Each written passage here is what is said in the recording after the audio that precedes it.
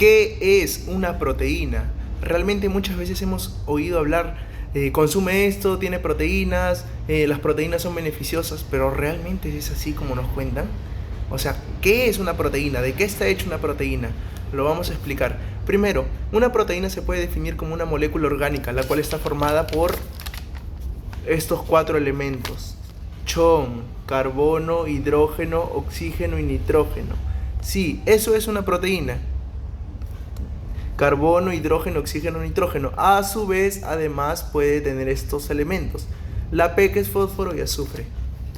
Eso es de lo que está compuesto una proteína, por así decirlo, es su estructura. De eso está compuesto, de estos elementos. Pero ahora, ¿qué es? ¿Qué es? O sea, ya sabemos de qué está compuesto. Está compuesto de pequeñas unidades más chiquitas. O sea, la proteína es lo complejo, pero ahora vamos a ver lo simple. Lo simple. Está compuesto por bolitas, así, por bolitas. Las podemos simbolizar con bolitas, miren. Así. Si hay varias bolitas de esta es una bolita. Vamos a poner otra bolita, 2 bolitas.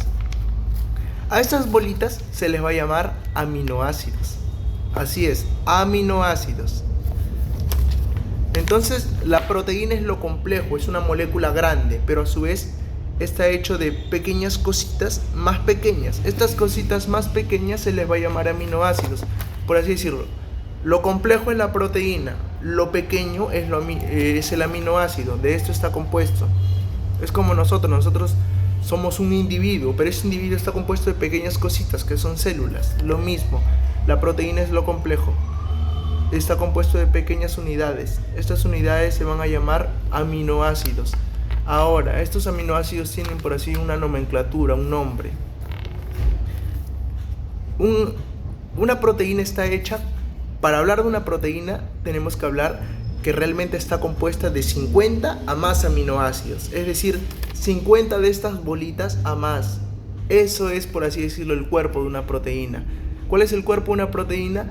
Que está compuesta de 50 a más aminoácidos. Miren, los aminoácidos se juntan. Ese momento en el cual se juntan se llama enlazan. Se enlazan. Este enlace de los aminoácidos se va a llamar enlace peptídico. Es por eso que a estas 2 proteínas juntas, estos dos a más aminoácidos juntos se les va a llamar péptidos. Cuando se juntan 2 aminoácidos se les va a llamar dipéptidos. Si se juntan 3 aminoácidos se les va a llamar tripéptidos.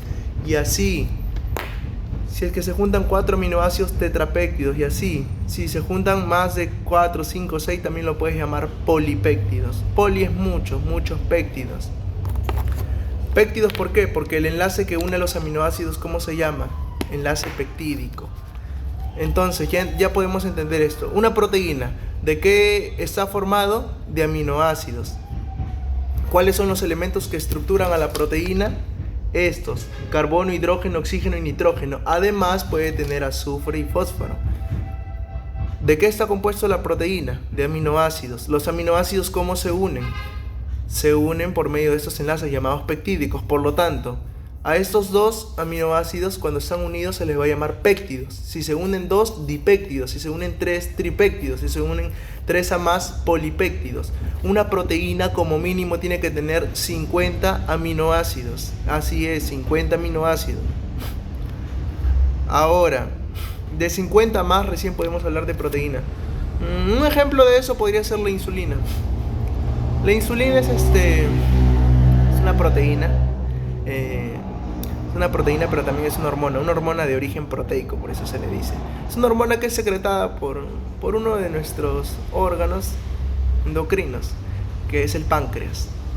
El páncreas, ya he explicado que es una hormona, y tengo uno de mis videos en el canal explicando que es una hormona, pero el páncreas va a secretar una hormona llamada la insulina. Esta hormona llamada la insulina contiene 51 aminoácidos, es decir, es muy pequeñita.